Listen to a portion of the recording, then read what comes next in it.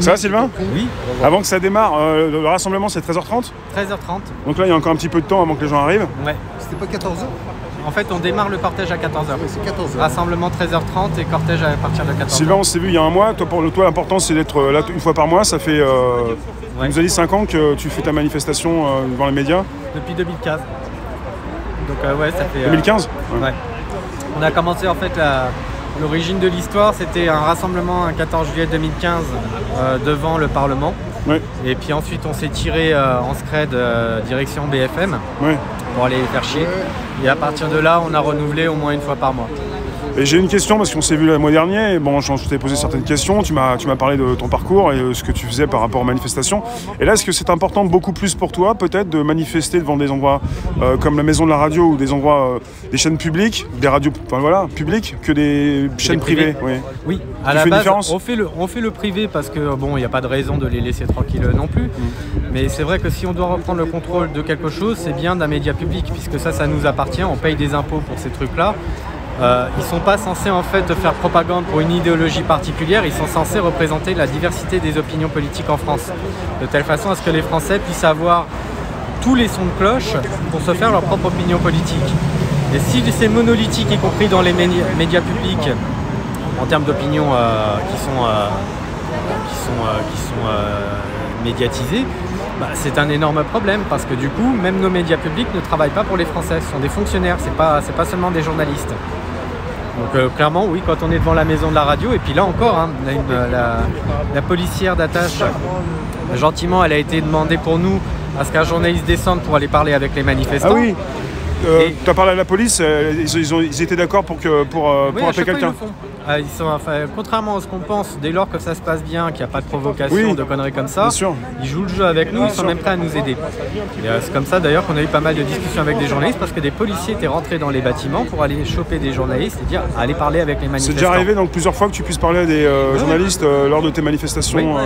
À chaque fois. Et parce qu'à chaque fois c'était les policiers à qui on demandait allez le demander à des journalistes. Ils savent que ça se passe bien, qu'il n'y ait pas question de violence dans ce que tu fais. Moi, en fait, c'est mon souci premier. D'ailleurs, dans le cortège, j'aurais plus le temps de discuter avec qui que ce soit parce que je serais en train de faire des allers-retours pour vérifier que ça se passe bien. C'est mon souci premier, c'est que quiconque dans le cortège se sente en sécurité, qu'il n'y ait pas de violence policière, qu'il n'y ait pas d'agression, qu'il n'y ait pas de poubelle brûlée. Voilà, pour que tu puisses continuer même pour les prochaines fois. C'est pas. Exactement. T'en fais pas qu'une seule aujourd'hui. Exactement, parce que si jamais ça part en pugilat à une manifestation, le préfet aura toute l'attitude pour dire ça s'est mal passé la dernière fois. C'est mort pour la prochaine. Il aura un prétexte et c'est logique. Exactement. Donc il ne faut pas lui en donner. Et puis surtout, moi, j'ai pas envie qu'il y a des gens, ils viennent parfois avec leurs enfants, il y a des petites vieilles, il y a des femmes. Il est hors de question que des gens soient gazés ou se prennent un coup de LBD à la gueule parce qu'on a un Gugus qui n'est pas responsable et qui ne comprend pas que ce qu'il peut faire peut avoir des conséquences sur tous les autres. Donc c'est ça mon point de vue, c'est s'assurer que tout le monde soit en sécurité. Et là, tu as demandé qu'une personne puisse descendre. Là, on a demandé et puis comme d'habitude, ils ont refusé. D'accord, tu as eu la réponse assez rapidement alors. Ouais. Mais c'est constant, hein. Le service public de l'information, vous le verrez, c'est France Télévisions et Radio France. Ils refusent à chaque fois de nous envoyer un journaliste pour aller discuter avec les manifestants, alors que les médias privés, on a moins de difficultés. Et lorsque tu as eu donc, des retours et que c'était positif, c'était les médias privés, quels médias alors? On a eu BFM, bizarrement. BFM, c'est ceux avec qui on a le plus discuté. D'accord. LCI, on a eu des occasions. France 24, c'est le seul média public où on a pu discuter 2-3 fois avec des journalistes. Mais quand même, c'est BFM. C'est un paradoxe. C'est la plus symbolique, c'est BFM. Et à chaque fois que tu es donc en bas d'un bâtiment important sur le parcours, tu demandes à parler à un journaliste, si tu peux? Toujours. Parce qu'en fait, ça les met dans leur défaut. Quand ils viennent pas, ça prouve que finalement, ils se désintéressent de ce qui se passe et que c'est pas normal pour des journalistes de manquer de curiosité vis-à-vis de manifestations qui se déroulent sous leurs fenêtres. Oui. Donc ça les met dans leur tort, en fait, chaque fois qu'ils viennent pas. Et nous, ça nous permet de garder ça en mémoire en disant, écoutez, chaque fois qu'on est venu, vous aviez l'occasion de venir discuter avec nous. Le jour où on sera les masses critiques, on sera vraiment des milliers et des milliers de personnes. Là, ils vont commencer à chouiner en disant, mais si on est à votre écoute, non, vous n'étiez pas à notre écoute au moment où on n'était pas forcément si nombreux que ça, et que c'était plus facile pour vous de prendre, d'écouter nos points de vue pour voir ce qui était possible à améliorer avant que ça vous dépasse. Donc le but, c'est que ça leur dépasse, puisqu'ils sont assez cons pour pas comprendre que c'est au moment où on est encore bienveillant, posé, pas trop nombreux, où ils pourraient finalement trouver des solutions pour dire écoutez, on va essayer d'améliorer la diversité d'opinions. Malheureusement, ce qui logiquement marche toujours, c'est le rapport de force. C'est comme il n'est pas encore là, comme tu voudrais, je pense.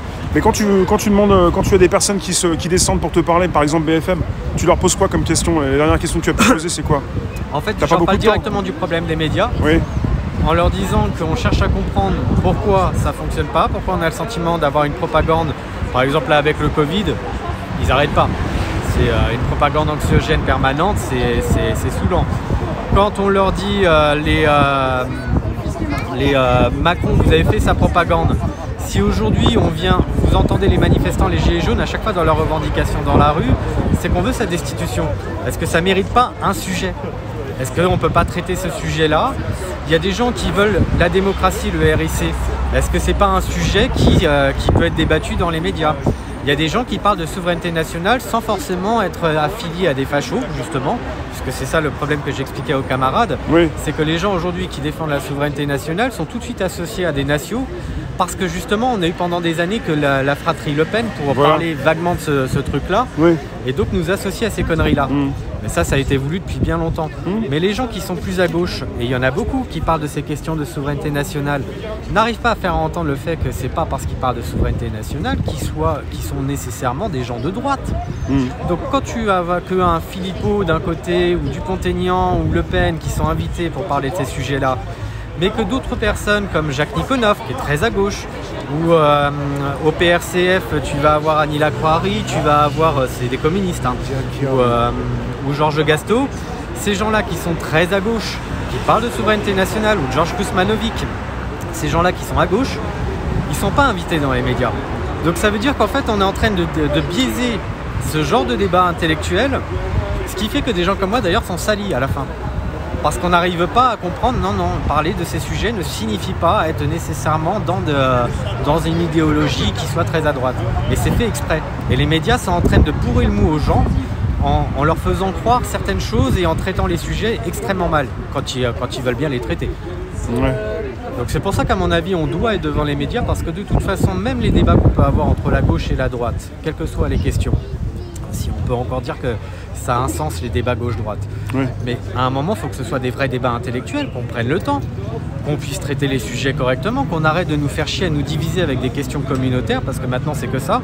C'est soit Covid, soit Macron, soit, oh là là, tu vas avoir alors un Zemmour qui te terrifie en disant attention, il y a le péril islamique, ou de l'autre côté, non, il faut donner la parole aux LGBT, aux musulmans, aux machins, etc. Mais non, c'est au peuple.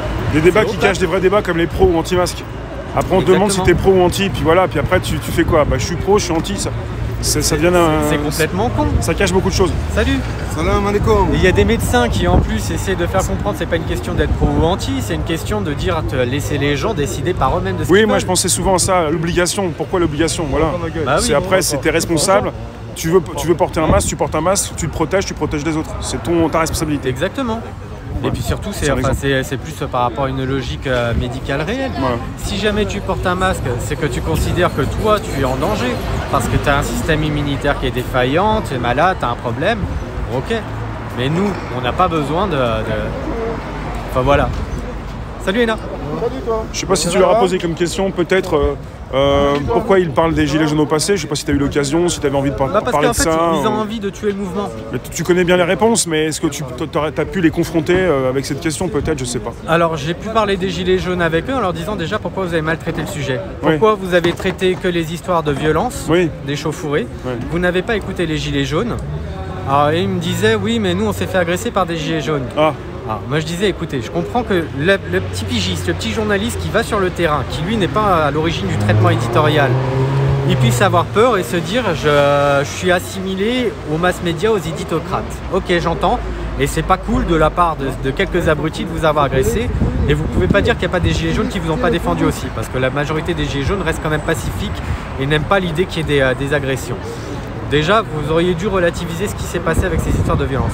Mais ensuite, quand vous ne traitez que les questions de violence, que vous ne voulez pas inviter des gilets jaunes, mais même au hasard, au lieu de nous faire chier avec des figures médiatiques et avoir toujours les mêmes, pourquoi vous ne prenez pas au hasard des gens dans les manifs en disant bah écoutez, on va vous accorder 5-10 minutes d'antenne, vous venez parler au nom de tous, ça sera peut-être votre avis que vous donnerez, mais au moins on comprendra un peu la diversité des opinions qu'il y a dans ce mouvement-là, pour comprendre ce qui se passe. C'est pas ce qu'ils ont fait.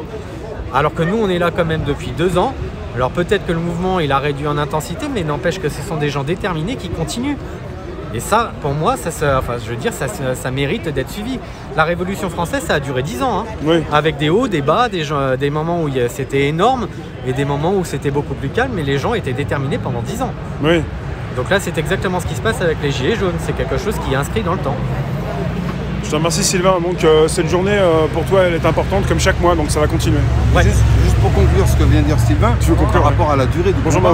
J'ai mon grand-père qui disait à l'époque de la guerre d'Algérie et d'autres, il disait l'Occident, ils ont la montre, mais nous on a le temps. Ah oui. Donc la détermination elle est là. Donc on vous dit un rendez-vous, on lâchera rien. Assalamu alaikum. Il faut rien lâcher. A tout à l'heure, merci. Bah, merci.